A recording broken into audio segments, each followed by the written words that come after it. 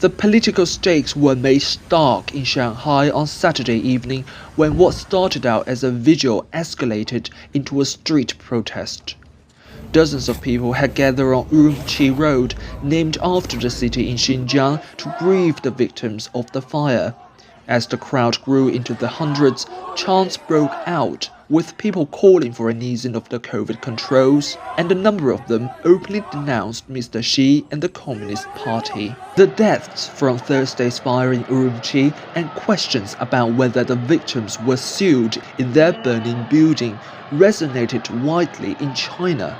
After nearly 3 years of pandemic restrictions, many Chinese have stories of being quarantined at home, occasionally with their doors wired or welded shut or emergency exit blockaded.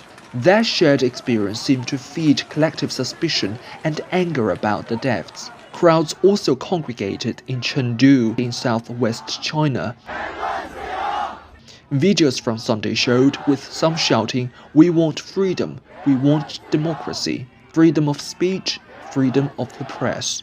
Some participants in the previous night's gathering in Shanghai expressed fear that a widespread public fury could ultimately draw an equally furious official response. On Sunday evening, residents gathered in the same area, some shouting "Release them," apparently after the police seized people in sometimes rough encounters. Officials hurried others along, preventing them settling in place for any potential protest. For most of the time since COVID spread from Wuhan nearly 3 years ago, many Chinese have accepted tough controls, including sweeping restrictions limiting travel to the country as a price for avoiding the widespread illness and the death that the United States and other countries suffered. But public patience has eroded this year as other nations increasingly have adapted to living with the virus. Workers at a vast iPhone factory in Guangzhou, Henan province, clashed violently with the police last week over lockdown measures and delays in the payment of bonuses.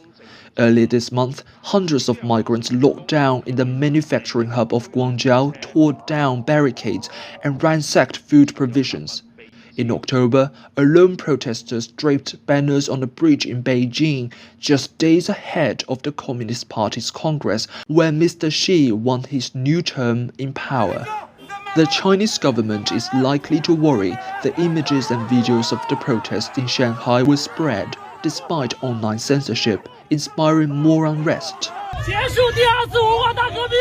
The Communist Party's greatest fear would be realized if these similar grievances led protests from disparate backgrounds to cooperate, in an echo of 1989, when students, workers, small traders, and residents found some common cause in the protests demanding democratic change that took over Tiananmen Square. So far, that has not occurred. China's leader, including Mr. Xi, had yet to comment on tumult, and party-run news media were also silent.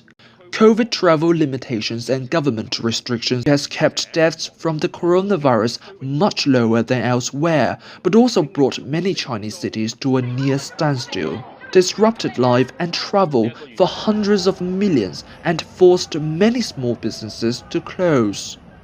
Mr. Xi has no easy response to the widespread anger.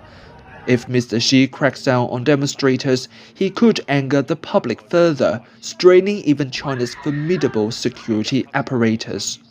If he abruptly lifts many restrictions, he risks hurting his image of unassailable authority that he has built, in part on his success battling COVID.